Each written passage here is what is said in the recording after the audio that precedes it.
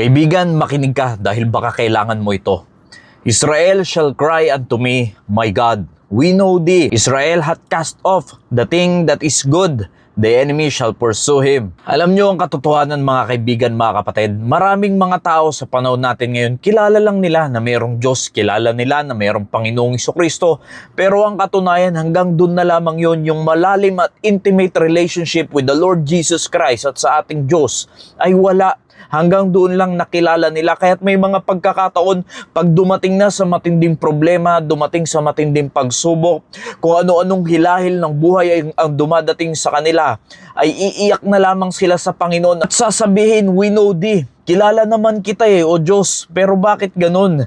Bakit ganun? Dahil tayo may mga pagkakataon ay lumalayo na yung ating damdamin, yung ating puso sa Panginoon. Akala lang natin ay kapiling pa natin ang presensya ng Diyos, pero dahil sa ating mga kasalanan, mga pinaggagawa, yan yung nagpapahiwalay sa ating fellowship sa ating Panginoon. At sinabi ng verse 3, Israel hath cast off the good thing. Ibig sabihin mga kaibigan, mga kapatid, alam nyo po ba yung good thing na sinasabi dyan?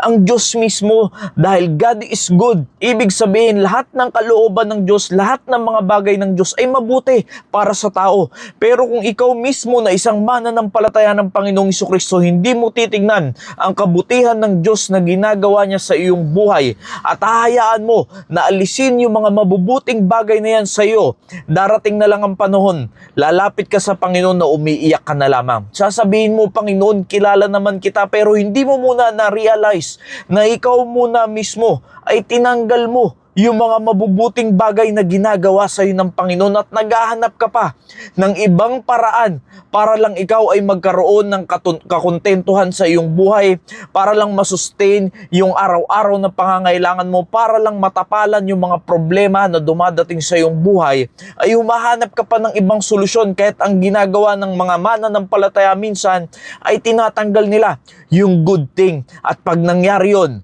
darating ang panahon, ikaw ay magmamakaawa sa Panginoon na kahit sabihin mong kilala naman kita o Diyos, pero hindi mo nakikita sa iyong sarili na malayo na ang puso mo sa Panginoon. You see mga kaibigan, mga kapatid, kahit pagdating talaga sa ating buhay mga Kristiyano, sa ating pananampalataya, sa ating pagpapatuloy, wag na wag nyo pong aalisin ang mga good thing na binibigay ng Diyos sa araw-araw sa atin, dahil baka mamaya akala mo lang hindi mo pa inaalis yung mga good thing na ginagawa ng Diyos sa iyo, kaya't ikaw naman lagi ka nagsusumamo at lagi ka nalang umiiyak sa Panginoon. Hindi natin namamalayan, dahan-dahan na nating inaalis yung mga mabubuting bagay na ginagawa sa atin ng Panginoon. Kaya't i-check mo lagi sa araw-araw mong pamumuhay, Lord, ako ba ay lumalakad pa nang ayon sa iyong kalooban, o sa sarili ko na lang kalooban at naaalis ko na yung mga mabubuting bagay na inilalagay mo sa akin na sana ito ang maggagabay at magtuturo sa aking paglakad sa Kristiyano, pero yun pala